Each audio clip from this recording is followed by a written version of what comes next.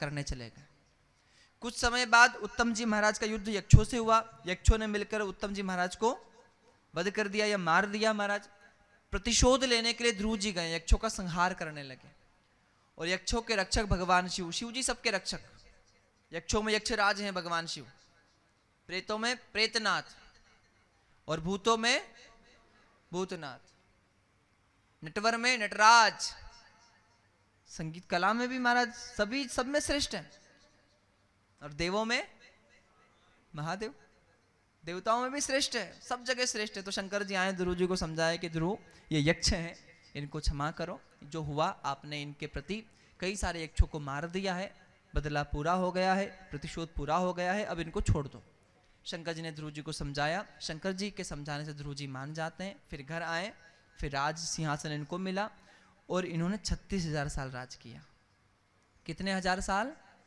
36,000 साल। कितनी बड़ी धरती का? पूरी धरती का। ऐसा नहीं है कि महाराज आधे धरती का, पूरी जहां तक धरती थी वहां तक के राजा ध्रुव जी महाराज।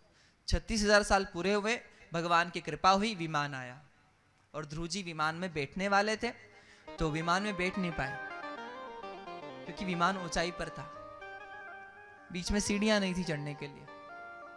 कैसे बैठे विमान में?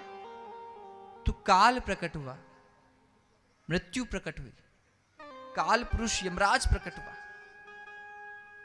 चरणों में बैठ गया।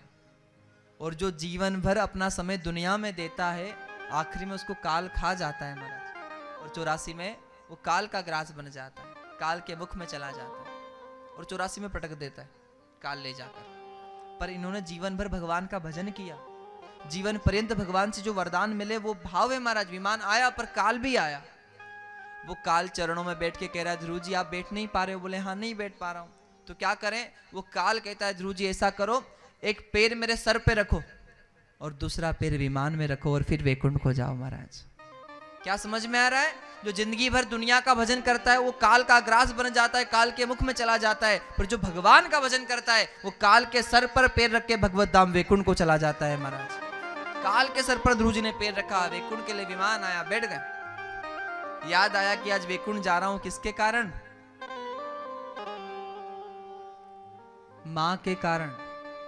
किसके कारण? पहला कारण कौन है? बाद में तपस्या की उन्होंने, सब कुछ किया, पर पहला कारण तो मां है। उस दिन अगर मां कह दे कि चलो लड़ाई करेंगे तो बेटा लड़ाई भी कर लेता, पर मां ने क्या कहा? लड़ाई नहीं करेंगे, भक्ति करेंगे, भगवान का भजन करो, और बस वहीं बच्चे का निर्माण कर दिया। आज ध्रुव जी कह रहे हैं, पार्षद से पूछा भैया मेरी मां कहाँ है?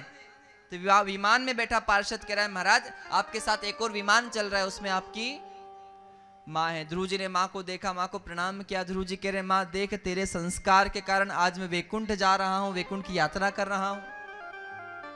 उस समय वो माँ भी कहती, हाँ बेटा तू वैकुंठ जा रहा है, पर आज मैं भी वैकुंठ जा रही हूँ। माँ कह रही है, ध्रुव तुझे पता है मैं वैकुंठ क्यों जा रही हूँ? ध्रुव जी ने कहा, माँ मुझे नहीं पता कि आप वैकुंठ क्यों जा रही हो। मैं वैकुंठ इसलिए जा रहा हूं कि आपने मुझे संस्कार दिया था। किस लिए? आपने मुझे उपदेश दिया और आपके उपदेश का मैंने पालन किया, इसलिए मैं आज वैकुंठ जा रहा हूं। पर मां आप वैकुंठ कैसे जा रही हो मुझे नहीं पता। उस समय संत ऐसा कहते हैं कि महाराज ध्रुव जी महाराज का जो भाव है वो मां कहती है कि बालक मेरे घर में ध्रुव जैसे बालक का, बेटे का जन्म हुआ, और ध्रुव ने जब भक्ति करी तो ध्रुव तो वैकुंठ जा रहा है, पर ध्रुव की माँ भी उसके साथ वैकुंठ जा रही है। महाराज जब हम अच्छा करते हैं ना तो हमारा मान बढ़ता है, माता पिता का भी मान बढ़ता है, और हम जब बुरा करते हैं ना हमारा भी मान घटता है और उनका भी। इसलिए ध्यान रखें, हमारे कर्म से माता पिता का सम्मान बढ़ भी सकता है और घटता है, तो ध्यान रखें। कहो राधे राधे।